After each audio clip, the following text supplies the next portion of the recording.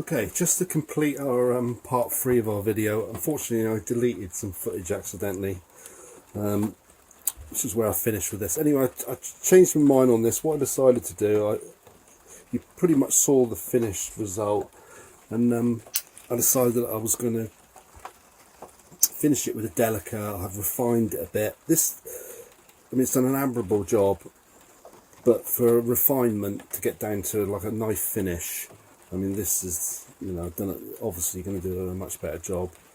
I've got some side lighting on here. I hope you can see. It's got some tiny facets in.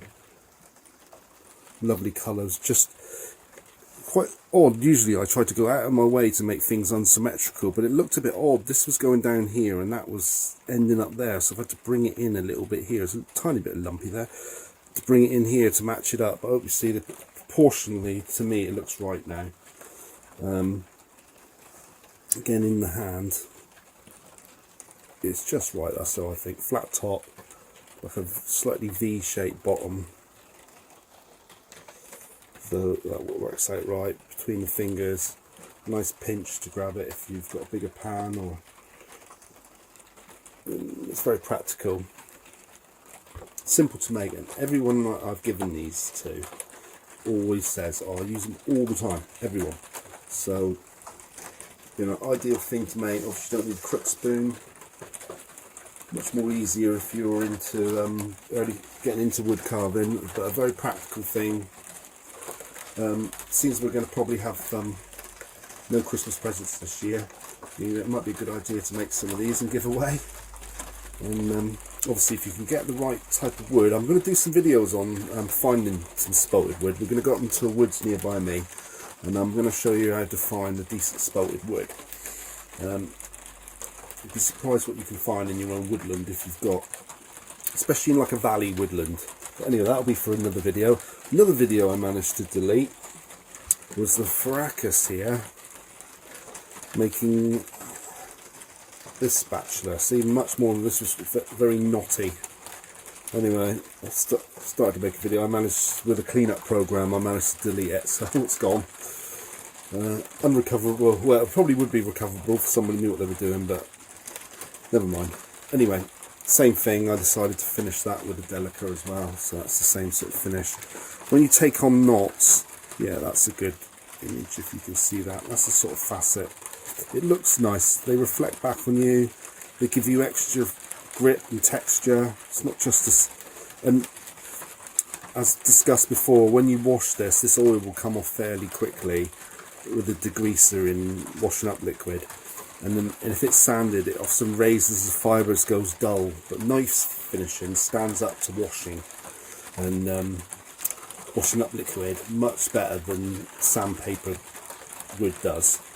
Which is another, it's not a purely aesthetic thing. It is a practical reasons why I like to knife finish as well. Anyway, let me see. The Delica's done some lovely. Well, these knives. I think what you really need, to be honest with you, is a free knife solution.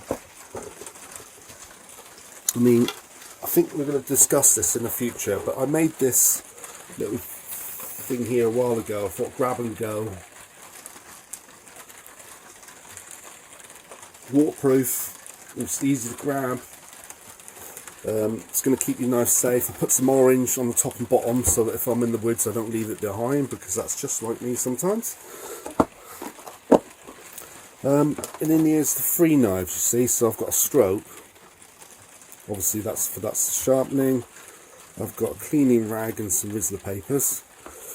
I've got a little tube of my cleaning paste. That's years worth of paste there. And then 3 knives.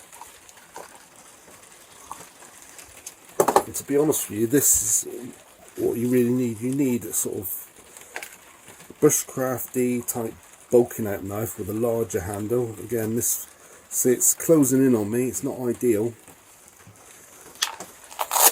I got the PC here. Nice sort of Delica sized hand, isn't it? And something you can carry on your waist, foldable for the finishing, and for the very tight turns. Whoop. a very pointy one-sided blade, little well, this is a toothpick, but something along these lines, small, that turns, that you can use for very fine detail if you get into a really tight turn. And none of my pieces at the moment I've got into a really tight turn. I mean, that would be a tight turn. Imagine you're trying to clean out a little bit in there.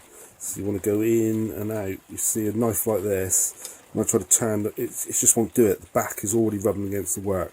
To do a tight turn like something in there, you need a knife like this, really pointy. But again, you see, I think that's what, as a wood carver, and even as a bushcrafter, that would be ideal. Like if you were trying to make something fine, like a trap trigger or a fishing hook or something like that, you know, I don't know, stripping back things, then this might be ideal. That might be ideal. And obviously bulky work or splitting tasks, then you use this. So I don't think there's such a, it's a true thing that you can really, one knife does all. But I think I'll do some videos where we vary these, like a 3-knife solution. Like at the moment, if I was to carry any 3 knives bushcraft, then I would say take out the cannon's ball and the fracas. That's a really nice bushcraft knife, good, real good carver. Take out the PC and replace that with the Delica, because it's just a sharper knife for wood carving purposes.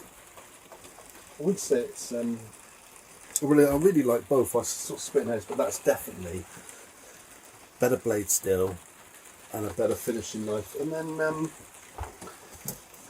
might replace, I've got things in here, let's see if I can show you. Yeah, see, this would be a solution, a knife like this. So now I'm gotta forget the name of this knife now. But it's got a right and a left on it. Again, because it doesn't lock, I've get a firelighter choil on one of them just so I know which blade's which. This is the left-handed blade. This is the blade I'd least. Again, so this is a left-handed. This wants to turn anti-clockwise, and then see pointy, not as pointy as the toothpick. This right-hand grind. Again, I can choke up to it safely, so I don't have any worries when I'm stroking it or when I'm using it that's going to come back on me, because I've got a nice large choil there, finger choil for safety. See, that would be another approach. I'd be more tempted to maybe go with something like this than the toothpick, but then the toothpick is tiny, it will do most jobs. But it is handy to have a 2-bladed solution with a right and a left on it, as I've discussed, because then you've got steering. Most of the time the right hand grind will be fine, but every now and again. Another thing you get with a 2-bladed knife obviously is that you can use and abuse one blade and keep the other blade for finer work. Anyway, those are for future videos, but I hope you've enjoyed what you've seen so far. Things will only get better as I get used to my equipment and editing and various things. And I think I need to talk and not do, like do and not talk. If you know what I mean. It's trying to do stuff and talk. Not on, it doesn't. I'm just no good at it. Typical man. Can only concentrate on one thing at once. But anyway.